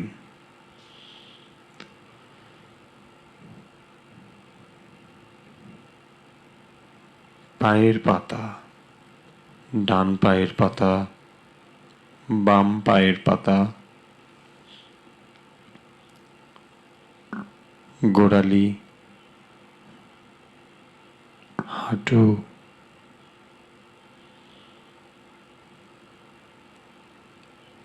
কোমর,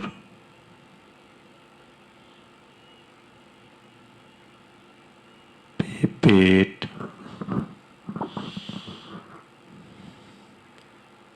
বুক,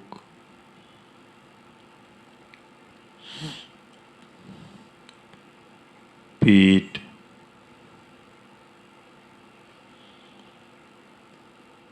মেরুদণ্ড,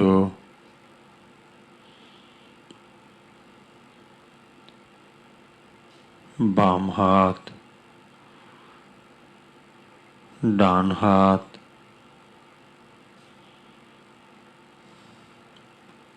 গলা,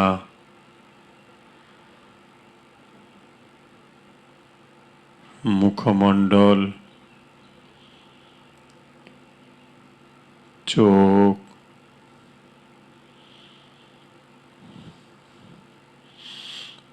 নাক, কপাল,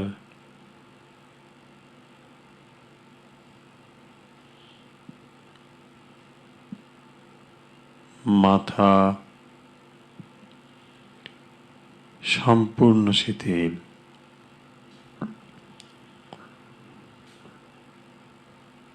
শরীর সম্পূর্ণ শিথিল।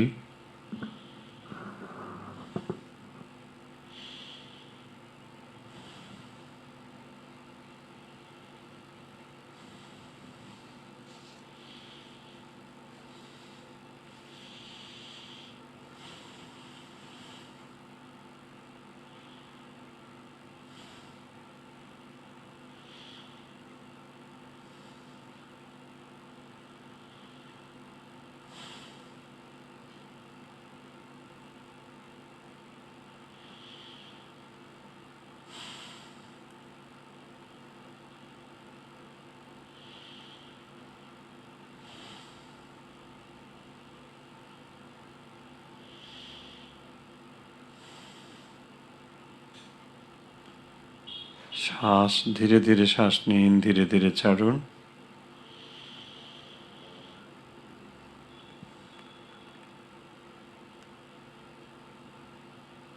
মন দিন শ্বাসের পথে, কিভাবে শ্বাস ভেতরে ঢুকছে ও বেরোচ্ছে অনুভব করুন। নাকের ভেতরে যখন শ্বাস প্রবেশ করছে অনুভব করুন, একটু ঠান্ডা ঠান্ডা অনুভব হচ্ছে। যখন শ্বাস বেরিয়ে যাচ্ছে একটু গরম গরম অনুভব হচ্ছে। আপনি সচেতনভাবে কেবল অনুভব করুন কিভাবে শ্বাস ভেতরে আসছে ও বেরিয়ে যাচ্ছে।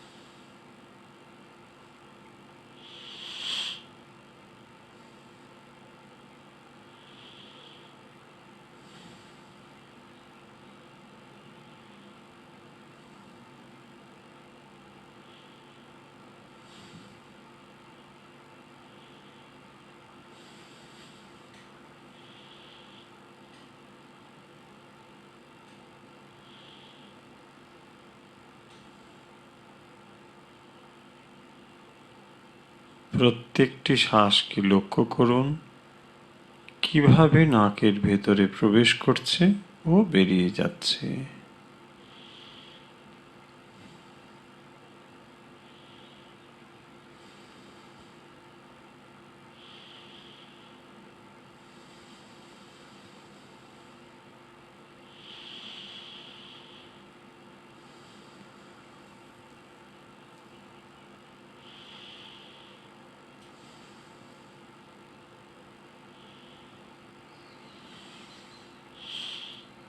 মন নিয়ে আসুন হৃদয়ে।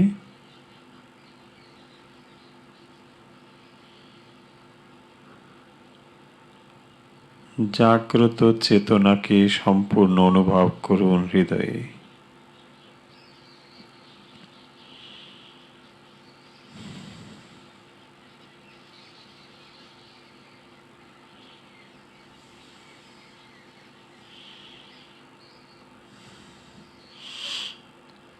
হৃদয়ে অনুভব করুন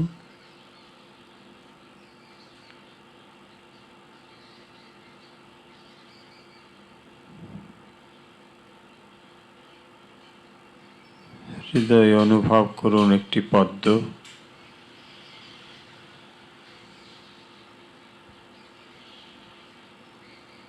পদ্মের পাপড়ি দেখুন, রং দেখুন,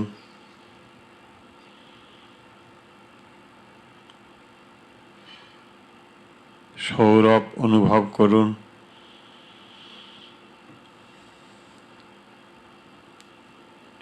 দিব্য জ্যোতির্ময় দেখুন।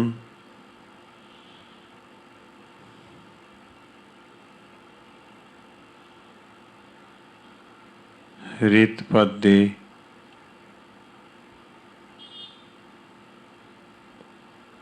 ইষ্টমূর্তিকে চিন্তা করুন।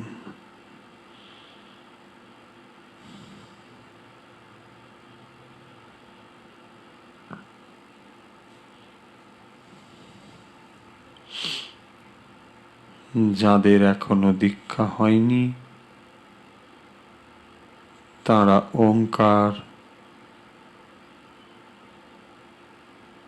অথবা জ্যোতি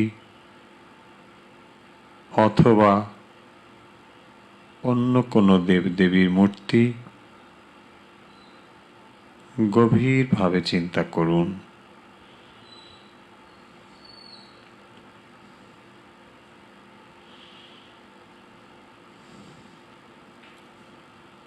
জীবন্ত জ্যোতির্ময় রূপে ইষ্টমূর্তিকে হৃৎপদ্মে অনুভব করুন।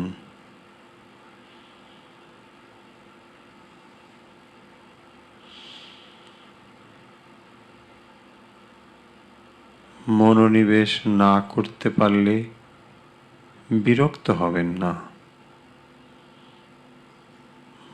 বারবার চেষ্টা করুন, বিরক্ত হবেন না।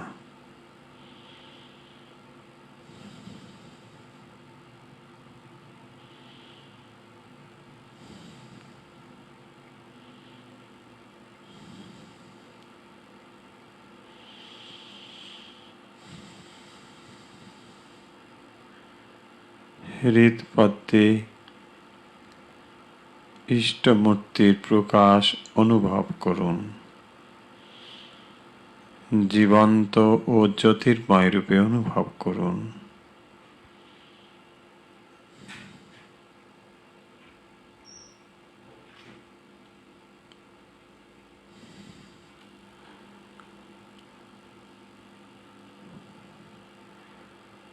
আপনার মনোনিবেশ বাড়ছে,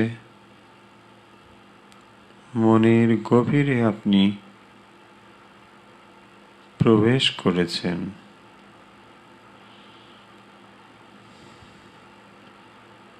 বাইরের যে কোনো শব্দ আপনাকে আরো গভীর মনোনিবেশে নিয়ে যাবে।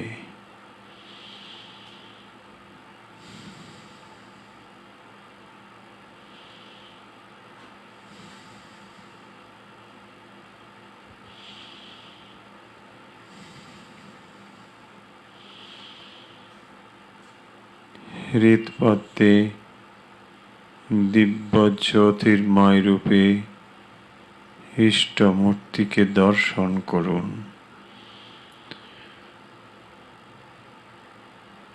ইষ্টমূর্তি প্রতিটি অবয়ব পৃথক পৃথক ভাবে দেখার চেষ্টা করুন।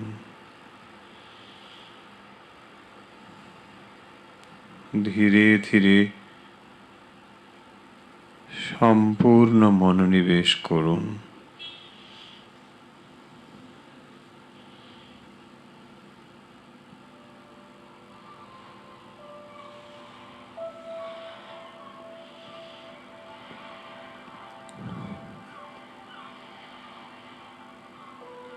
ইষ্টমূর্তির রূপ, তার প্রকাশ,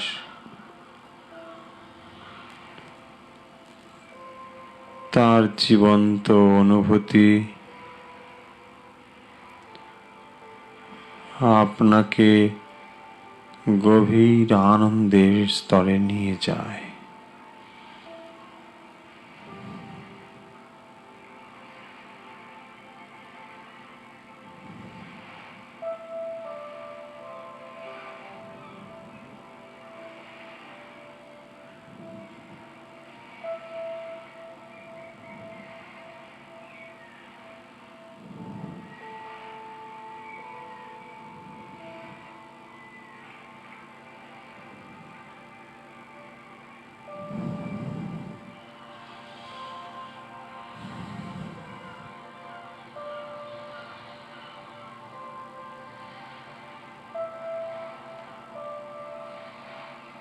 অত্যন্ত গভীর ও জীবন্ত রূপে ইষ্টমূর্তিকে হৃদয়ে অনুভব করুন।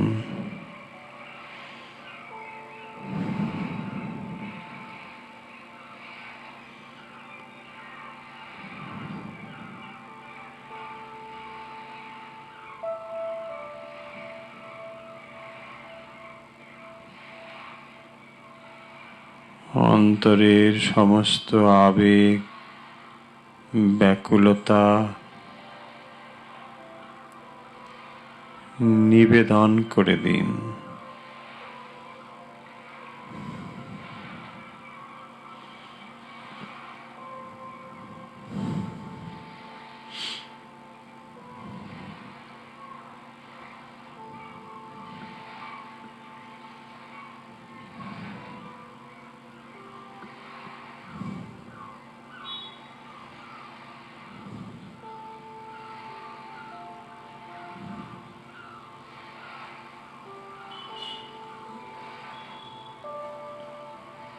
অন্তরের সমস্ত আবেগ ও ব্যাকুলতা মিশিয়ে পুষ্পাঞ্জলি নিবেদন করে দিন ইষ্টমূর্তির শ্রীচরণে।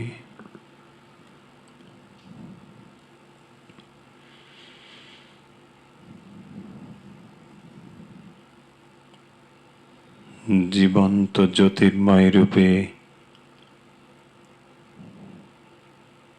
ইষ্টপদে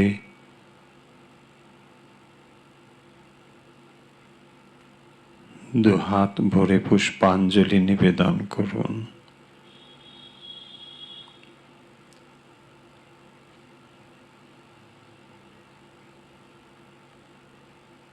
আমার অতীত, আমার বর্তমান, আমার ভবিষ্যৎ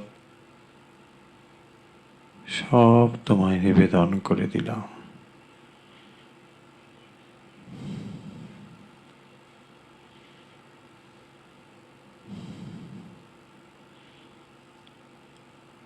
সুখ দুঃখ,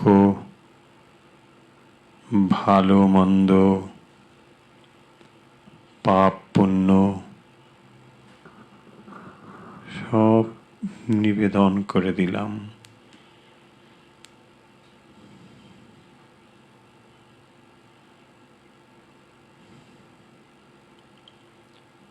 মনের গভীর স্তর থেকে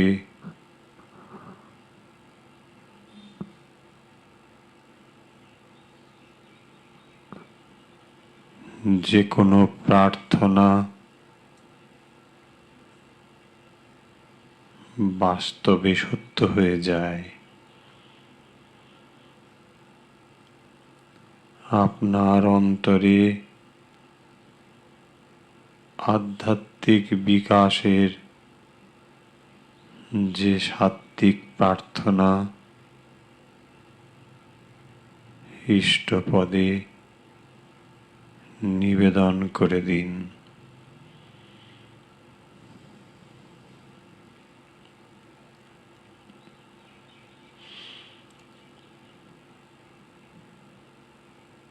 আপনার সকল প্রার্থনা, সকল ইচ্ছা বাস্তবে সাকার হয়ে উঠুক।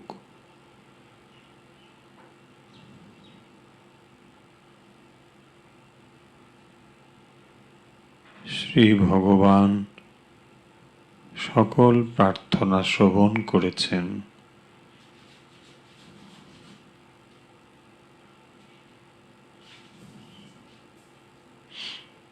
তিনি আপনাকে ক্রমশ গভীর আনন্দের স্তরে নিয়ে যাবেন।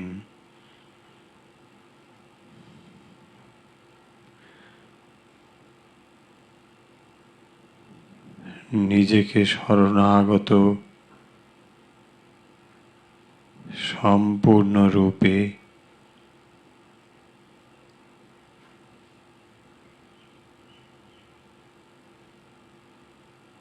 নিবেদন করে দিন। শরীর, মন, বুদ্ধি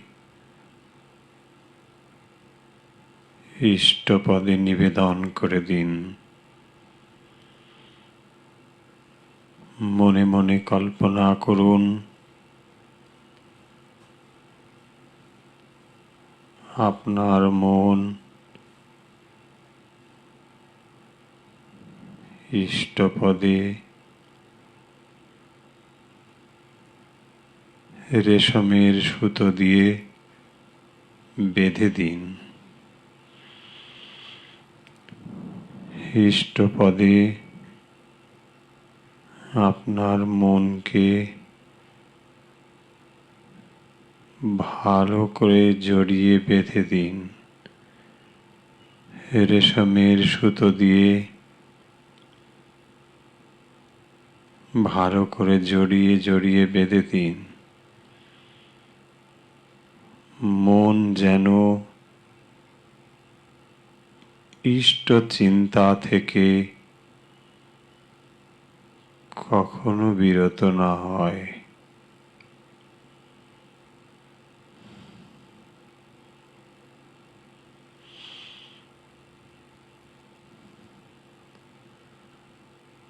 সকল ব্যথা, সকল প্রার্থনা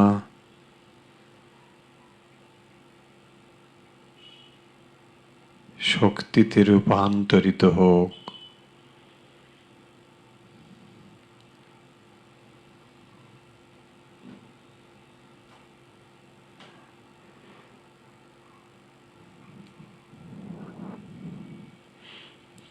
তিনবার ওঙ্কার উচ্চারণ করব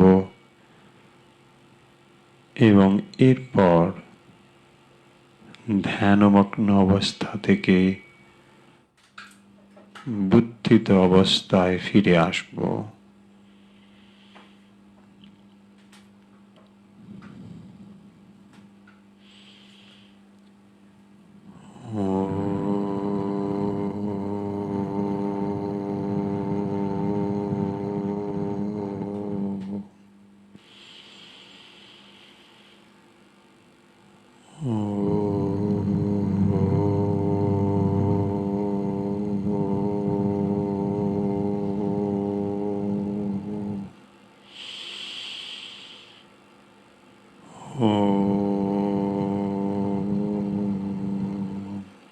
হরি ওম তৎসৎ। ধীরে ধীরে চোখের পাতা মেলুন, হাত নাড়ুন, পা নাড়ুন, হাত দুটোকে ঘষে চোখে এবং মুখে স্পর্শ করিয়ে দিন। পারিপার্শ্বিক অবস্থার সঙ্গে নিজেকে মিলিয়ে দিন। আজকের বেদান্ত আলোচনা এবং অভ্যাস এখানে শেষ করছি। গতকালের প্রশ্ন এবং তার উত্তর জানিয়ে এবং উত্তরদাতাদের নাম বলে আজকের এই পর্ব আমরা শেষ করব। গতকাল প্রশ্ন ছিল ভৈরবী ব্রাহ্মণীর উপাস্য দেবতা কে ছিলেন? ভৈরবী ব্রাহ্মণী যিনি শ্রীরামকৃষ্ণের